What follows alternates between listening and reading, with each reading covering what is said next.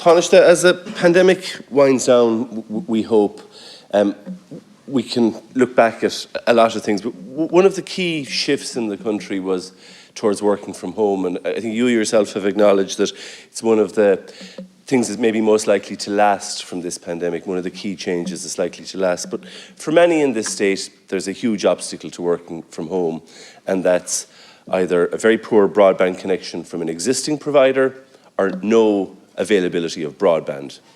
Now, 2 years ago, we had a general election just before the broadband plan was announced to much fanfare, and it contained many excellent aspirations.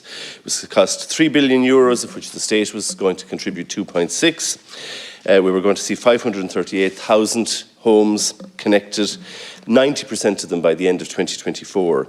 There was a specific target that by the end of January 2022, i.e. the end of this month, there'll be 115,000 homes passed. That means that they're available for connection. Of course, you can bring a horse to the water, but you can't make him drink. If people don't want to connect, they don't want to connect.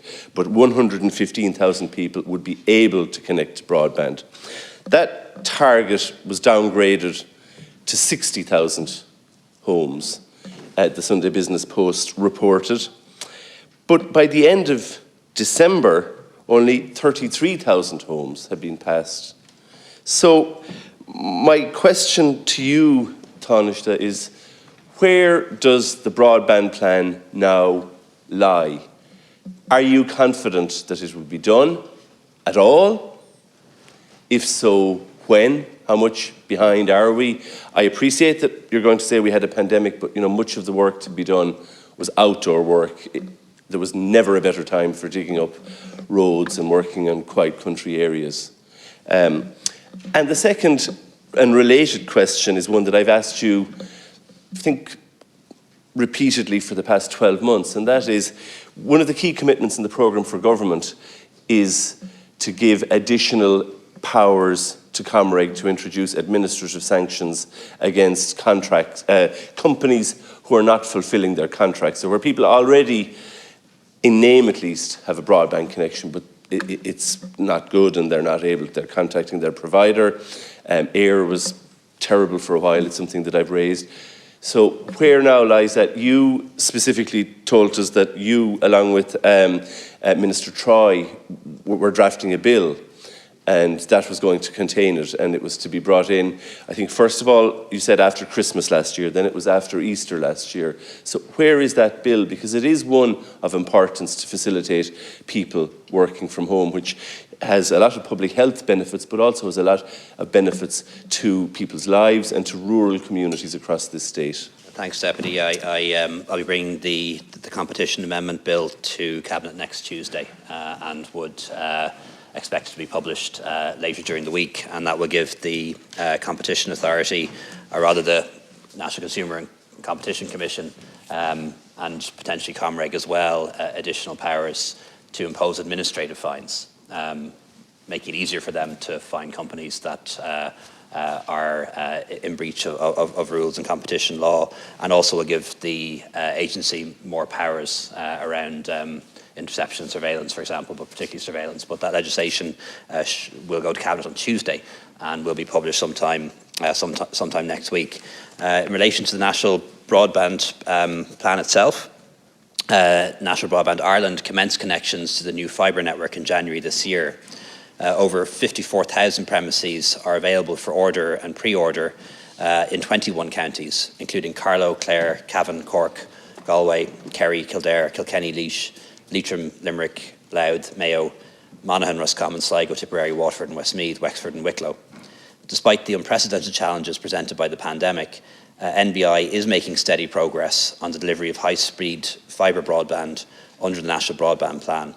And the company has advised us that as of the 7th of January, over 154,000 premises are constructed or under construction, demonstrating that the project is reaching scale.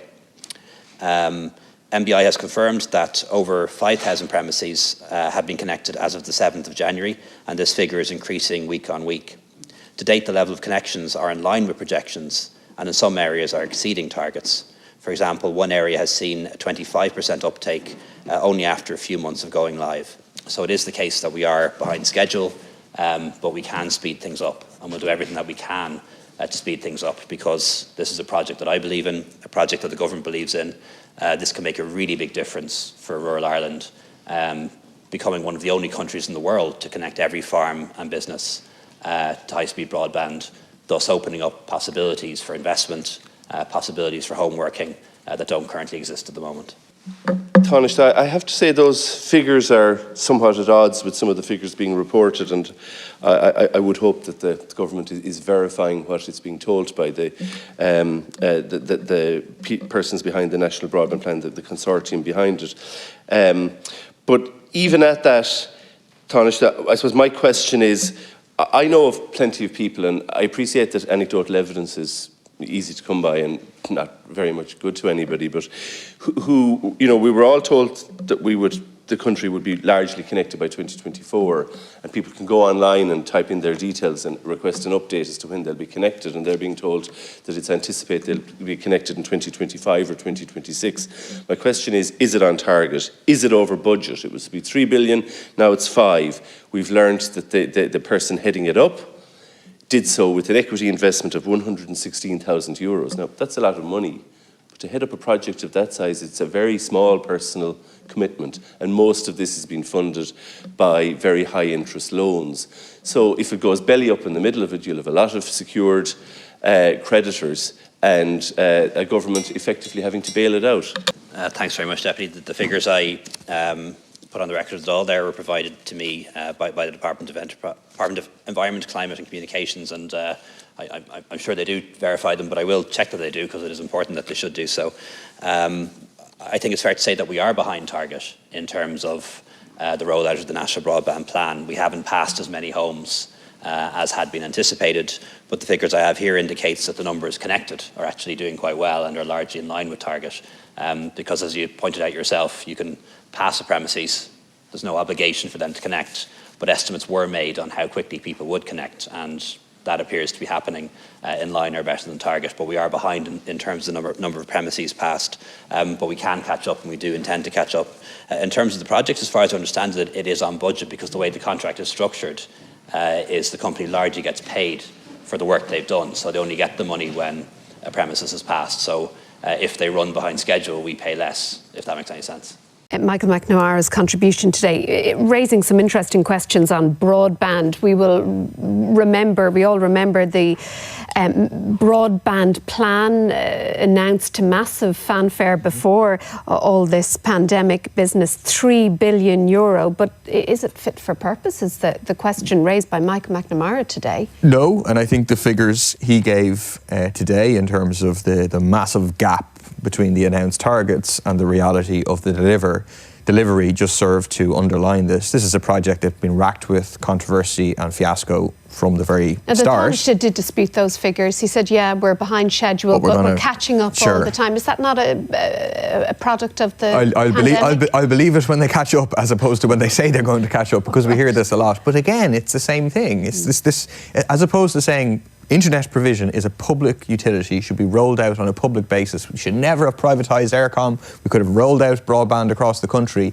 saying that this is something that's essential and it shouldn't be done on a for-profit market basis. Big ideological question. Your own sense of what we heard from Michael McNamara and the response, in fairness, from Taoiseach Leo Varadkar today, Sandra.